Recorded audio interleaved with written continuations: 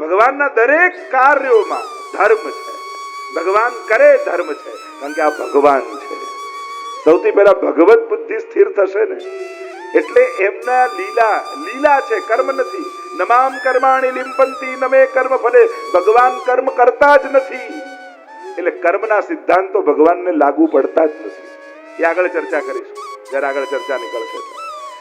તો ભગવાનના માથે ટકોરા મારવાની જરૂર નથી. જે ઘટનાઓ છે એને ચકાસો અને એમાંથી સાર કાઢો. આગળ ભગવાન પરિત્રાણાય સાધુનામ, પધારવાનો ઉદ્દેશ્ય પરિત્રાણાય સાધુનામ વિનાશાય ચ દુષ્કૃતામ ધર્મ સંસ્થાપનાર્થાય સંભવામિ યુગે યુગે. સાધુની ત્રાણ માટેની, રક્ષા માટે, વિનાશાય ચ દુષ્કૃતામ. જો આ પ્રભુની પ્રતિજ્ઞા છે, ભૂતલ પર આવવાની પ્રતિજ્ઞા, સંકલ્પ લઈને ભગવાન આવે છે કે મારું આવવાનો ઉદ્દેશ્ય શું છે? ગમે તે ભોગે સતની રક્ષા કરવી, સાધુની રક્ષા કરવી. ગમે તે ભોગે વિનાશાય ચ દુષ્કૃતામ. ગંગા દુષ્ટ લોકો હોય ને, આખી જિંદગી પાપ કરે, પણ એને ફસાવાનો ને મરવાનો વારો આવે ને ત્યારે સામેવાળાને ધર્મ યાદ અપાવે. કર્ણ કહે છે, અરે આ અધર્મ કહેવાય, નિહત તો પડી ગયેલો રથમાંથી, તું ધર્મનો વિચાર કર. ભગવાન કે હવે ધર્મ યાદ અપાવે? ઘણા લોકો હોશિયાર ચતુર લોકો હોય, પોતે ક્યારે ધર્મ પાળ્યો ના હોય, પણ પોતે ફસાઈ જાય ને બીજાનો વારો આવે ને ત્યારે એને ધર્મ યાદ અપાવે.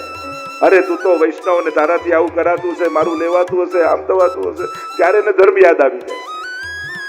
આખી જિંદગી અધર્મથી જીવેલાને ધર્મનો શબ્દ બોલવાનો અધિકાર જ જતો રહે છે, કારણ કે એને હંમેશા અધર્મથી જ પોતે પામ્યું છે. એને પછી બીજાને ધર્મ યાદ અપાવવાનો અધિકાર રહેતો જ નથી. એમ આ મહાભારતના યુદ્ધમાં પણ જે લોકો એમ કે આ અધર્મથી થયું, આ અસત્યથી થયું, નરો વા કુજરો વા ને આમ કેટલી બધી વાતો થાય, પણ પોતે અધર્મના પક્ષો. તમે ખોટા ન હો, પણ ખોટા પક્ષે ઉભા રહો ને, અને એ પક્ષે જે પાપ થાય એના સહભાગી તમે પણ કહેવાઓ. ઘણા મહાભારતના યુદ્ધમાં કૌરવોના પક્ષે એવા હતા કે એ ખોટા નહોતા, એમણે પાપ નહોતું કર્યું, એમણે અધર્મ નહોતું કર્યું, પણ અધર્મનો પક્ષ લીધો છે, અધર્મના પક્ષે ઉભા છે. એટલે ભીષ્મજીને પણ મરવું પડ્યું, દ્રોણાચાર્યને પણ મરવું પડ્યું, કારણ કે ખોટો પક્ષ, ખોટી જગ્યાએ ઉભા છે. કારણ એનો જે નેતા છે એ પાપમાં રત છે. જેમ ફ્લાઇટ જતું હોય ને પાયલટ જ પાડી દે, તો તમે જો એને ડિપેન્ડ થાવ, એને આશ્રિત થાવ, તો તમે મરી જ જાઓ. તમે ભલે બૂમ પાડો, મારી શું ભૂલ, મેં તો કાંઈ નથી કર્યું, મેં તો ટિકિટ કપાઈને બેઠો હતો. તું એના આશ્રયમાં છું ને, જેના આશ્રયમાં હોઈએ એને એનું ફળ ભોગવવું પડે. એમ જેના આશ્રયમાં આવ્યા, ઘણી વાર ઘણા લોકો વ્યક્તિ સારા હોય પણ ખોટા પક્ષે હોય તો એને ભોગવવું પડે. એટલે હંમેશા એ પણ ચકાસતા રહેવું, હું ખોટી જગ્યાએ તો ઊભો નથી, હું સાચો છું એનો આપણે વિચાર કરતા હોઈએ છીએ, પણ હું ખોટા સ્થાને તો ઊભો નથી ને, એનો પણ વિચાર માણસે કરી દેવો. કારણ કે જો અધર્મના પક્ષે ઊભા રહેશો તો અધર્મના ફળ ભોગવવા જ પડશે, ભલે તમે ગમે તેટલા સાચા હો.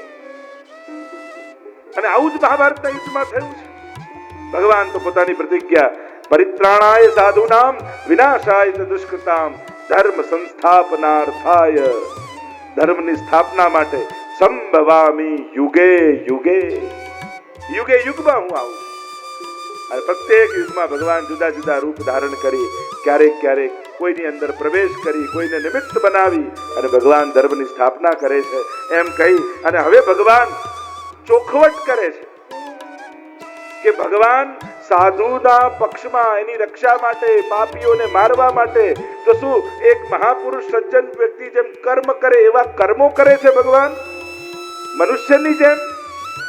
તો આગળના શ્લોકમાં, 9મા શ્લોકમાં ભગવાન ચોખવટ કરતા કહે, જન્મ કર્મ ચ મે નિત્યમ એવં યો વેત્તિ તત્વતઃ ત્યક્ત્વા દેહં પુનર્જન્મ નેતિ મામેતિ સોર્જુન. ભગવાન ખુલાસો કરી દીધો, હું આવું છું, માણસ પણ આવે છે, હું કર્મ કરું, માણસ પણ કર્મ કરે, પણ મને સાધારણ મનુષ્ય જેવો ન ગણી લેતા, મારો જન્મ સાધારણ મનુષ્ય જેવો ન ગણી લેતા, મારા કર્મો સાધારણ મનુષ્ય જેવા ન કરી લેતા, કારણ કે હું કર્મ કરતો નથી, હું લીલા કરું છું. આ વાત જ્યારે સમજાઈ જશે, એક તો ભગવત બુદ્ધિ કૃષ્ણમાં સ્થાપિત થઈ જશે, બીજું ભગવાન અલૌકિક છે, એનો જન્મ થતો નથી, એમનું પ્રાગટ્ય થાય છે, અને બીજું ભગવાન કોઈ કર્મ કરતા નથી, ભગવાન લીલા કરે છે. આ ત્રણ વસ્તુ સમજાશે ને તો ભાગવતજી સાંભળવાનો અધિકાર સંપાદન થશે. અને એ ન સમજાયું અને સાધારણ મનુષ્ય જેવા ભગવાનને માની લીધા તો ભાગવતની દરેક લીલાઓમાં ભગવાન માટે શંકા પેદા થશે, અને વાંચતા વાંચતા કોઈ ક્ષણે અભાવ પણ આવી જશે. જો ભગવાનને અને ભગવાનના કર્મને લીલાને ન સમજ્યા. જન્મ કર્મ ચમે દિવ્યમ, મારું જન્મ દિવ્ય છે, મારું કર્મ દિવ્ય છે. એટલે કે લૌકિક જેવું નથી, માણસ જેવું નથી, પરમ અલૌકિક છે. પ્રભુનું પ્રાગટ્ય થાય છે. ઘણી વાર લોકો એમ કે ભગવાનને પણ તીર ખાવું પડ્યું, જો ને કર્મ તો કોઈને છોડતા નથી, ભગવાનને કર્મ બાધા કરતા નથી, એને કર્મવશ થઈ જન્મ લેવો પડતો નથી અને કર્મવશ થઈ મૃત્યુ થતું નથી. એમનું અવતરણ થાય છે અને એમનું પ્રયાણ થાય છે. જન્મ કે મૃત્યુ નથી, જન્મ અને કર્મ ચમે દિવ્યમ, મારા કર્મો દિવ્ય છે, કારણ કે હું કર્મ કરતો નથી, હું લીલા કરું. જો ભગવાનના ચરિત્રમાં કર્મના સિદ્ધાંતો લાગુ પડતા નથી, લીલાના સિદ્ધાંતો લાગુ પડે છે. એટલે કર્મના સિદ્ધાંતોના ચશ્મા પહેરી ક્યારેય પણ કૃષ્ણ ચરિત્રને જોવું નહીં. બંનેમાં આસમાન જમીનનો ફરક છે. નમામ કર્માણિ લિંપાંતિ નમે કર્મ ફલે સ્પૃહા, મને કોઈ કર્મો લેપતા નથી ને મને કર્મ કરવાની કોઈ સ્પૃહાય નથી. મારા કર્મો દિવ્ય છે, મારા કર્મોને લીલા કહેવાય છે. અનાયાસેન હર્ષાત ક્રિયમાણ ચેષ્ટા સલીલા, જેનું કાંઈ ઇન્ટેન્શન ન હોય, કેવલ આનંદની અભિવ્યક્તિ હોય, જેને આપણે નાટક કહીએ. નટો નાટ્ય ધરો યથા, કુંતાજીના શબ્દોમાં હું તો લીલા કરું છું, નાટક કરું છું, ખેલ કરું છું. અને એટલા માટે કર્મના સિદ્ધાંત પ્રમાણે જે જે વસ્તુ નિંદનીય છે, પ્રભુ માટે એ જ વસ્તુ સ્તુત્ય છે. જેમ તમે મંદિરે ગયા અને શ્યામ સુંદર ભગવાન દેખાયા, ત્યાં જે બોલો શ્યામ સુંદર ભગવાન કી. હવે કોઈ કાળો હોય એને જેને કાળિયો કહો, તેની સ્તુતિ કહેવાય કે અપમાન કહેવાય? કોઈ ચોર હોય એને તમે એમ કહો તું તો ચોર છું, તેની સ્તુતિ કહેવાય કે અપમાન કહેવાય?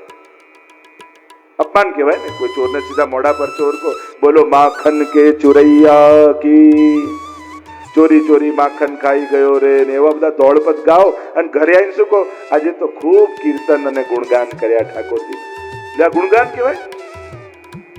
એને ચોરી કરી એને ચોર કયો, આ નિંદા કહેવાય કે સ્તુતિ કહેવાય?